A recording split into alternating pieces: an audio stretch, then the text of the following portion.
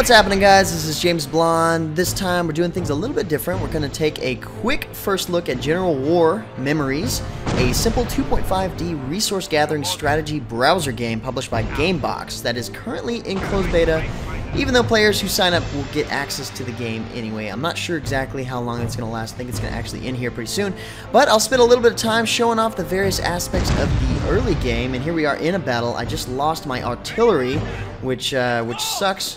But then again, I kind of approached this level 7 tank with a level 1 artillery, and I'm about to die because these infantry are not good to go up against the tank. So here we are back at my headquarters.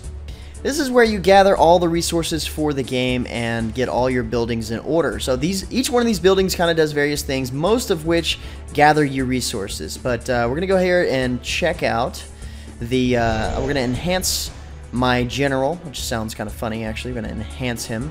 And here's some of the equipment that actually I can use on my general, and I got to figure out exactly how to equip some of these things. These are items that you can purchase in the store with gold, which can be purchased with real money, or most of these right here, actually all of these, I acquired by just doing battles. And so these are a little bit higher level than what I already have, so I'm going to go in here and equip these. I can actually level these items up.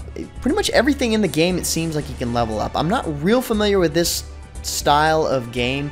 There are quite a few of them out there, but like I said, you can level up pretty much anything, and I can go in here and level up my troops. You can level up the buildings. You can level up your generals that are on your troops, and then you can level up the equipment that are on the generals. So that's kind of how this game works. If you're familiar with that, then that's definitely appealing to the players who like that.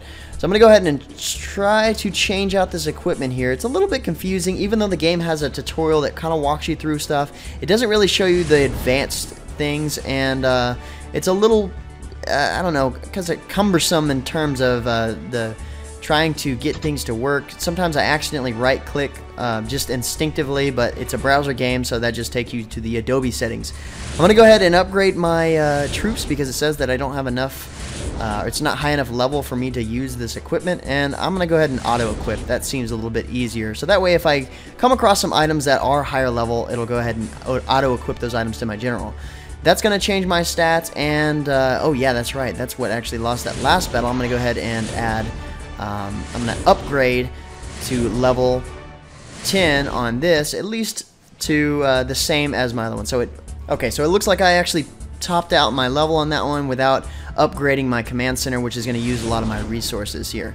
So I auto-equipped my tank stuff here with a couple of new weapons. That's going to increase my stats, and I'm definitely going to be prepared for that next battle when we go into it in a second here. So I'm going to make sure that everything's upgraded here. You can go down here and click on the construct building, and it'll kind of give me a easy map showing what buildings I have, and I can just go ahead and level them up this way. Like, level up my bank is going to increase my silver, but it uses some resource in order to do that. But it's a little confusing because the game is in closed beta, so I'm not quite sure if I have boosts on or not. The resources, the way they work, I've got an EXP here, there's my reputation points, military resource, and I've got silver here, which I keep consuming silver, but I have so much that it doesn't seem to really affect anything. So I'm going to go ahead and get into battle. I'm going to choose the same battle that you saw me start off in, and see the differences here, and attack this tank.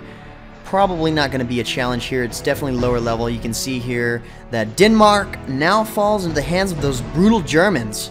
Sorry, guys. We must evict those devils out of this beautiful country. Man, oh, by the way, this game is based around World War II, so there's going to be some sort of iconic stuff in the game. You're going to see some tanks and things like that you may be familiar with if you are a history buff and you're familiar with World War II.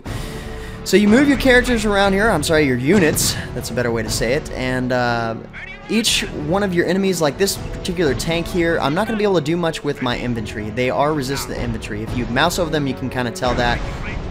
And this guy is anti-artillery, so he's going to do a number on my artillery. Luckily, he's shooting at my, and yeah, like I said, didn't have a problem. Luckily, he was shooting at my infantry and didn't really give me too much of a problem. We'll go ahead and take a look at another couple of battles here, just to kind of get an idea. We found some German soldiers ahead. Seems that they are unaware of our existence. Oh, well, I guess that's a girl saying that. And I'm pretty sure they're aware of our existence because we just fired a couple of artillery rounds into one of their tanks.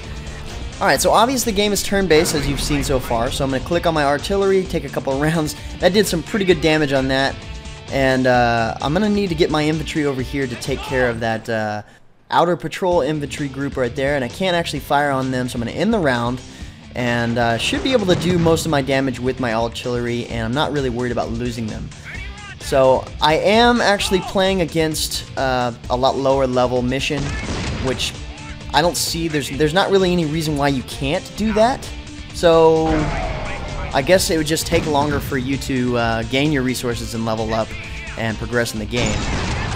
Now the game is an MMO. You can join up in instances. You can actually create instances and find other players online and fight against them, which seems like it would be the actual fun aspect of the game. The PvE is more or less just for resource gathering, things like that, and practice, and then you're leveling up your troops and whatnot. So you can use special abilities like this one right here, and they have a cooldown and an interesting effect, but they're very useful, and you don't have to sacrifice your turn, so now I can still move my other infantry and my artillery around.